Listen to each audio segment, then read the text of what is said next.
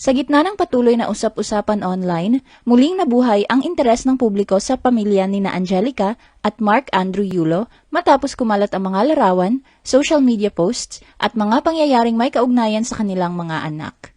Dahil dito, marami ang nagtatanong kung may nagbago na nga ba sa dynamic ng pamilya, lalo na kung ang ibang anak ay tuluyan na ring lumayo sa kanilang mga magulang at mas piniling sumama kay Carlos Yulo.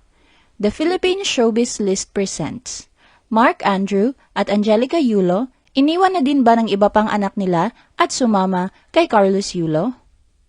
House blessing of Yulo siblings turns into talk of family rift. Ang panibagong yugto ng usapan ay nagsimulang umingay nang mag-post si Carlos ng mga larawan mula sa house blessing ng kanyang mga kapatid. Sa larawan na kanyang ibinahagi sa Instagram noong May 1, makikita siya kasama ang nobyang si Chloe San Jose at nakababatang mga kapatid na sina Carl L. Drew at Eliza. Ipinakita ni Carlos ang kanyang buong suporta sa mahalagang milestone ng mga ito, ang pagkakaroon ng sarili nilang tahanan. Sa kanyang mensahe, ipinahayag ni Carlos ang kanyang pagmamalaki kina Eliza at Carl L. Drew at maging sa kanyang ate, Joril Jel. Binanggit niya na ang bagong tahanan ay sumisimbolo ng panibagong simula at kapayapaan para sa mga kapatid na anya ay bunga ng kanilang mga pangarap, dasal at sipag.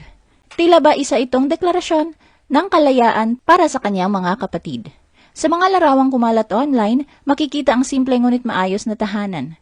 May praktikal na sala, hagdan patungo sa second floor at mga silid na minimal ang disenyo.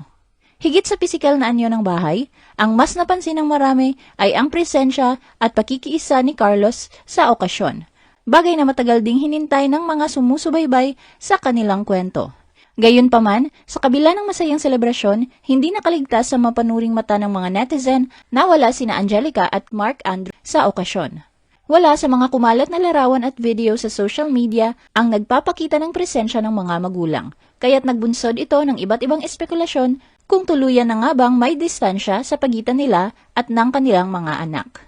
Dahil dito, maraming netizens ang nagtaka at nagtanong kung may kinalaman ba ito sa umano'y hindi pa rin maayos na relasyon ng pamilya.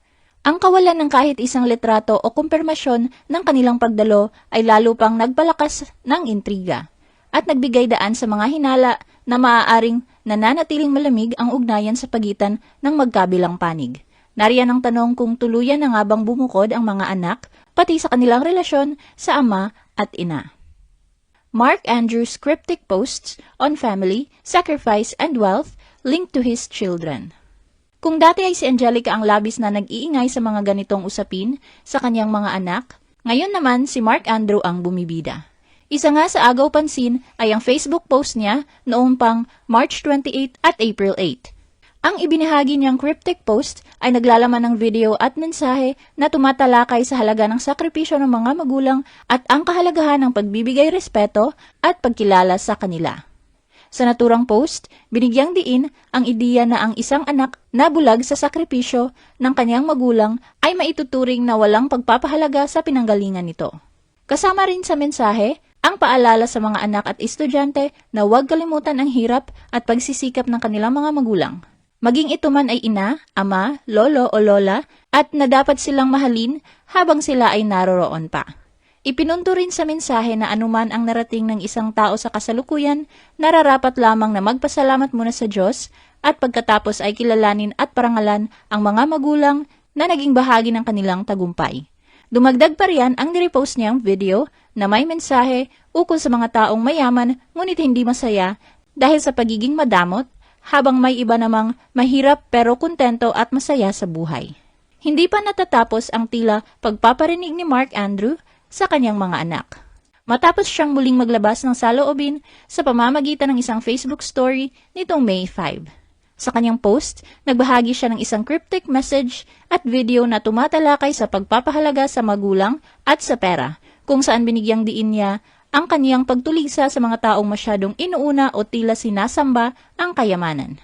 Sa mensahe, sinabi niya na ang mga taong dinudiyos, ang pera o sobrang nakatuon sa kayamanan ay mas bagay daw sa mga taong ganun din ang pananaw sa buhay.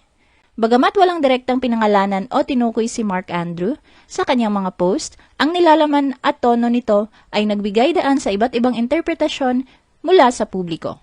Para sa ilang netizens, ang mensahe ay tila may pinapatamaan o may kaugnay sa issue ng kanilang pamilya.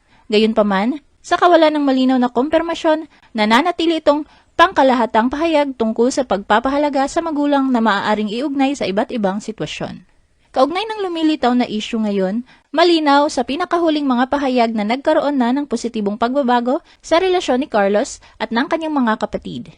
Sa isang panayam sa Fast Talk with Boy Abunda noong March 23, ibinahagi ni Chloe na siya ang nag-encourage kay Carlos na ayusin ang relasyon nito sa kanyang mga kapatid kahit may mga naging tensyon noon. Ayon sa kanya, mahalaga na mapanatili ang ugnayan ng magkakapatid kahit dumaan sa mahihirap na sitwasyon. Kinumpirma naman ni Carlos na maayos na ang kanilang samahan ng kanyang mga kapatid at wala na siyang dinadalang galit. Sinabi rin niya na patuloy niyang ipinagdarasal ang kanyang pamilya, tanda ng kanyang hangaring magkaroon ng kapayapaan sa kanilang relasyon. Pagdating naman sa kanyang mga magulang, mas komplikado pa rin ang sitwasyon. Ayon kay Carlos, wala siyang nararamdamang galit, sama ng loob o pagtatampo. Ipinahayag niyang napatawad na niya ang mga ito, kahit pa dumaan siya sa mga sitwasyong hindi niya inaasahan at hindi umano totoo ang ilang aligasyon laban sa kanya. Dagdag pa niya, bukas siya sa posibilidad ng pagkakaayos kung gugustuhin din ito ng kabilang panig. Ngunit aminado siyang hindi niya kontrolado ang magiging resulta. At sa napapansing pangyayari ngayon sa pamilyang Yulo, tila ba iniwan na nga sina Mark Andrew at Angelica ng iba pa nilang anak at tuluyang sumama na ang mga ito kay Carlos. Ano ang masasabi mo sa video na ito? Mag-like o mag-react at huwag mahiyang mag-comment. For our YouTube viewers, huwag kalimutan mag-subscribe at i-hit ang notification button. At para sa aming Facebook viewers, mag-like at follow sa aming Facebook page para updated ka sa mga showbiz chika. Thanks for watching!